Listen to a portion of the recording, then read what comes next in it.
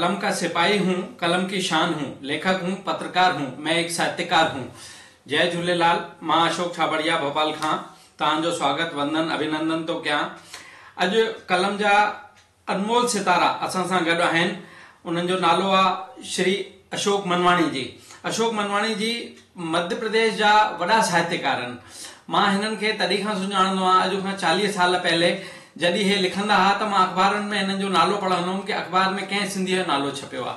त अॼु उहे शख़्सियत असां सां गॾु आहिनि, त अचो उन्हनि सां चर्चा था कयूं पिया। जय झूलेलाल भाई साहब। अशोक भाई साहब, मां तव्हां खां इहो पुछंदुमि कि तव्हांजो इहो साहित्य ॾांहुं कॾहिं खां रुझान आयो?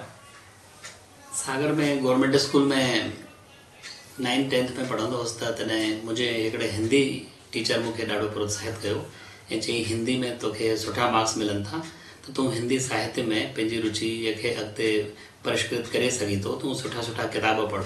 त मां पुस्तकालयनि में वञणु शुरू कयो, जेके लाइब्रेरीज़ हुयूं शहर जूं, रविंद्र ग्रंथालय ऐं ॿियो सरस्वती वाचनालय 332 सागर में, ऐं यूनिवर्सिटी लाइब्रेरी बि पोइ अॻिते हली यूनिवर्सिटी में जॾहिं दाख़िलो वरितो त धीरे धीरे लेखक संघ जी गोष्ठियुनि में वञणु लॻुमि ऐं 2-3 सालनि में मूंखे गोष्ठीअ जो संचालन करण जो बि मौक़ो मिली वियो। अच्छा अच्छा। ऐं वरिष्ठ साहित्यकारनि जे संपर्क में अची ॾाढो कुझु सिखण लाइ मिलियो। अच्छा अच्छा। भाई साहब, मां तव्हां खां इहो पुछंदुमि, तव्हांजो ऑक्यूपेशन छा आहे?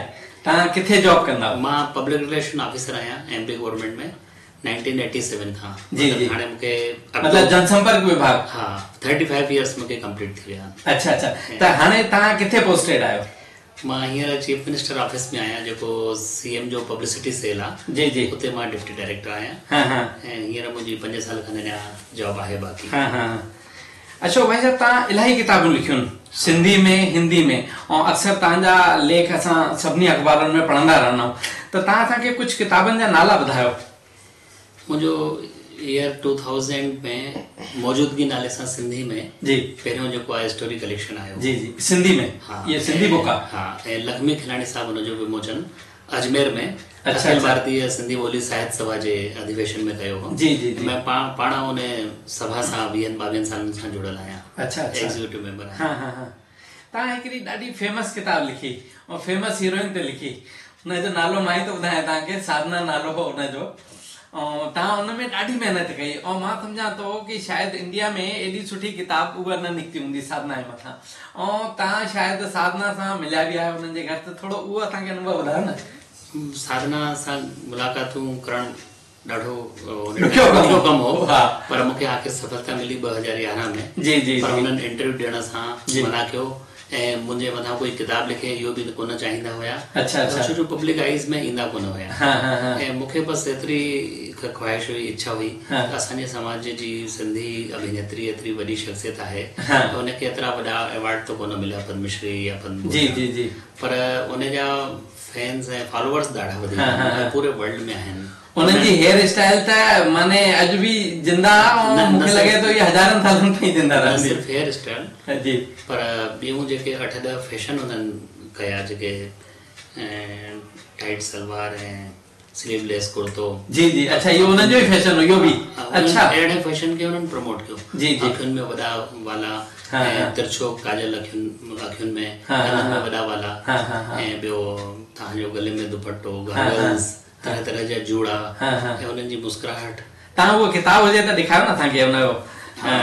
ही 2 ॿोलियुनि में आई आहे, हिकिड़ी सिंधी देवनागरी में हाँ हाँ, ऐं हीअ अरबी सिंधी। ये अशोक भाई साहब जी, अशोक मनवानी जी जी ये किताब आहे साधना जे मथां, ऐं हीअ किताब सॼे इंडिया में इन खां सुठी अॼु ताईं किताब न निकिती आहे। ऐं हिननि किताबूं त काफ़ी लिखियूं आहिनि। ऐं मां इहो पुछणु चाहींदुमि अशोक भाई साहब, तव्हां काफ़ी कार्यक्रमनि में मंच संचालन बि कयो आहे, कई नाटक बि लिखिया आहिनि ऐं कई नाटकनि में कमु बि कयो आहे, त थोरो उन जे बारे में ॿुधाईंदा असांखे। सागर में मुंशी प्रेमचंद जो लिखियल नाटक थियो हो आहुति जी 1981 में। जी जी जी। तॾहिं 16-17 साल उमिरि हुई मुंहिंजी। जी जी जी। तॾहिं उन में मां हिकिड़ो नंढो क्रांतिकारी जो रोल कयो हो। जी। पुलिस ट्रेनिंग कॉलेज जे सभागार में थियो हो। अच्छा अच्छा। नजरबाग परकोटा सागर में जेको आहे। अच्छा अच्छा। पुराणी उहा एकेडमी हाणे थी वई आहे, पुलिस ट्रेनिंग कॉलेज नालो। हाँ हाँ।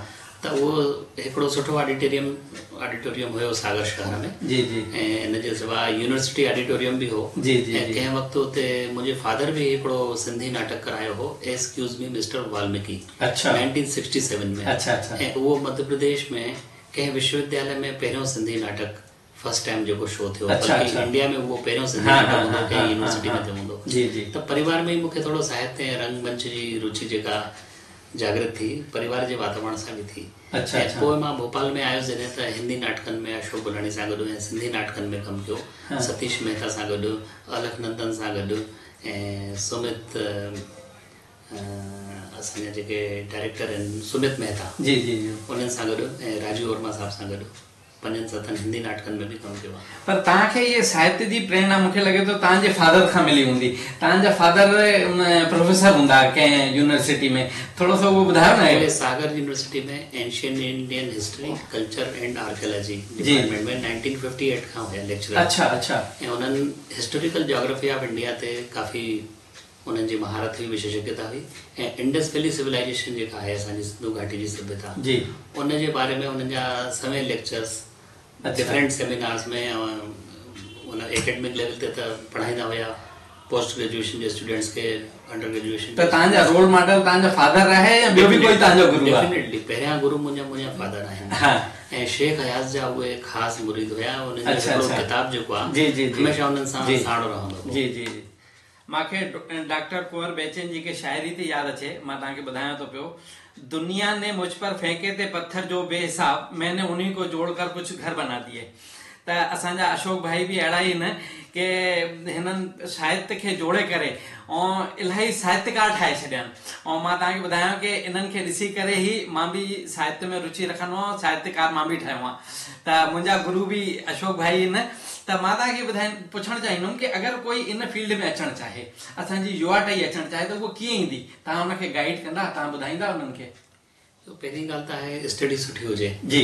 ऐं रोज़ तव्हां 2 अख़बार घटि में घटि पढ़ो, हिकिड़ो पंहिंजे स्टेट जो जी। ऐं हिकिड़ो दिल्ली जो। जी।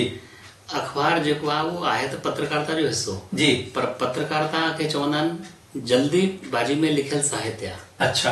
त उहो बि पार्ट आहे साहित्य जो। हा हा हा। ऐं उन खां पोइ माण्हू जी जीअं रुचि आहे हा, हा, उन हा। विषय जा किताब पढ़े त जेतिरो हा, हा। पढ़ंदो न हा, हा। त उन सां ई उन जी भाषा जा संस्कार डेवलप थींदा। हा, हा, हा। ऐं उहो ई लिखण में उनखे ॻाल्हि कमु ईंदी, उन में हिकिड़ो फ्लो ईंदो भाषा में, हा। प्रवाह अची वेंदो। असांजी छा युवा टही इन साइड आहे ई कोन, ॾाढो घटि आहे साहित्य में।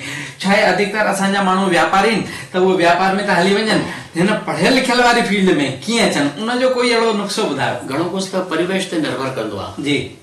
जे मित्रता आहे तव्हांजी, जेको फ्रेंड सर्किल आहे, हा। कॉलेज स्कूल जो वातावरण आहे, हा। मोहल्ले जो समाज जो वातावरण हा। आहे, ऐं पंहिंजी रुचि, हा। इन्हनि सभिनीनि खे मिलाए करे हिकु जी। समुच्चय ठहंदो जी। आहे, उन में उहो व्यक्तित्व अॻिते वधंदो आहे। अच्छा। अशोक भाई साहब, तव्हांजो मनपसंद व्यंजन ॿुधायो, सिंधी व्यंजन कहिड़ो आहे? सिंधी कढ़ी चांवर, हा। बिह पटाटनि जी भाॼी, जी जी जी। ऐं सेयल भाॼी, हा, हा। इहे मुंहिंजा फेवरेट आहिनि। अच्छा, तव्हां हिकु ई ॻाल्हि ॿुधायो कि सिंधी गाना ॿुधंदा हो या कोई तव्हांजो मनपसंद सिंधी गानो आहे, या पंहिंजो चंदर मास्टर चंदर रहिया आहिनि उन्हनि जा गाना हुजनि, या कोई अहिड़ी काई लाइन तव्हांखे यादि आहे? अबाणा फिल्म में जेको मास्टर चंदर गीत गायो हो, जी। उहो जेका विस्थापन जी असांजी पीड़ा हुई, जी जी। हा हा। उनखे रिफ्लेक्ट करे थो। अच्छा। ऐं इन जे सवाइ मास्टर चंद्र जा केतिरा ई गीत आहिनि जी। जेके असांखे उन पुराणी दुनिया में, उन पुराणे दौर में इतिहास जे वठी जी। वेंदा आहिनि। इन जे सवाइ हाणे जेके ताज़ियूं सिंधी फिल्मूं ठहियूं, ताज़े सां मतिलबु मुंहिंजो हाणे 20-30 सालनि में, हा हा। उन में घनश्याम वासवाणी ऐं अरुणा कुंदराणी जो जेको हिकु ड्यूइट सॉन्ग आहे, जी जी। ऐं उहो फिल्म हल त भॼी हलो में आयो हो। अच्छा। उहो ॾाढो मुंहिंजी पसंदि जो गीत आहे। मां अॼु बि उहा ऑडियो कैसेट कुझु गुनगुनाए ॿुधाईंदा असांखे त, 2-in-1 अगरि कुझु यादि हुजे तव्हांखे? जी। चांदनी रात ऐं अकेलाई, हाँ। नैनन में आहे शर्माई। अच्छा। इहो घनश्याम वासवाणी ऐं अरुणा कुंदरानी अच्छा, अच्छा। गायो हो। हाँ, मां हाँ, ॻाईंदो त कोन आहियां, हाँ, ठीक आहे। मुंहिंजो फेवरेट सॉन्ग आहे। अच्छा अच्छा अच्छा। अच्छा, भगवंती नावाणी ऐं पंहिंजो कमला केसवाणी त घटि ॿुधण में ईंदी आहे, लेकिन भगवंती नावाणी जा गीत अॼु बि असांखे सुखमनी ऐं ॿुधण में ईंदा आहिनि। असांजा कलाकार किथे गुम थी विया आहिनि? असांजा इहे कलाकार कीअं उभरी करे अचनि असांजे समाज में? म्यूज़िक लाइ बि हिकिड़ी चाह कंहिंजो थींदो आहे। जी। असांजे समाज में मां इहो त न चवंदुसि दुर्भाग्य आहे, पर हाँ। संख्या जे हिसाब सां ॻाल्हि कजे हा हा हा। त असांजा आर्टिस्ट उन मुक़ाबले में असांजी पॉपुलेशन जे रेशियो में घटि आहिनि। जी। जीअं ॿियनि स्टेट्स में हाँ, हाँ। रंगमंच लाइ, संगीत लाइ, साहित्य लाइ वधीक रुझान आहे। जी जी जी। छो जो उन्हनि जा पंहिंजा स्टेट्स ठही विया, ऐं मूंखे घणी दफ़ा लॻंदो आहे त पंहिंजो ॿोलीअ जो हिकिड़ो स्टेट न थियण जे करे असांजो इहो प्रमोशन जो ॿोलीअ जो आहे, म्यूज़िक जो आहे, ड्रामा जो आहे, लिटरेचर जो आहे, उनमें किथे न किथे बाधा थी आहे। इन ई करे शायदि इन पर्पज़ सां ई गवर्नमेंट ऑफ इंडिया अॼु खां 25 साल पहिरियां 3 ॿोलियुनि जूं राष्ट्रीय परिषदियूं ठाहियूं, उर्दू, सिंधी ऐं संस्कृत। ऐं इहे 3 ॿोलियूं इन करे इन्हनि जूं परिषदियूं ठाहियूं छो जो इन्हनि जा डिफरेंट स्टेट्स कोन आहिनि। त हाणे त पंजाबी ऐं मराठी बि ठाही अथऊं इन्हनि अकादमी।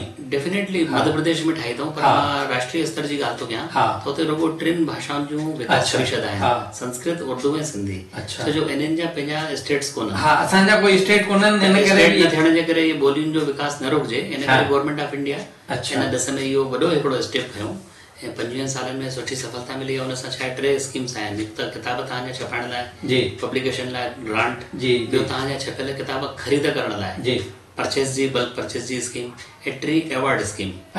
इन जे सवाइ डिफरेंट सेमिनार, वर्कशॉप, इन सां नवां राइटर ऐं पोइट्स ऐं असांजा आर्टिस्ट पैदा थिया आहिनि।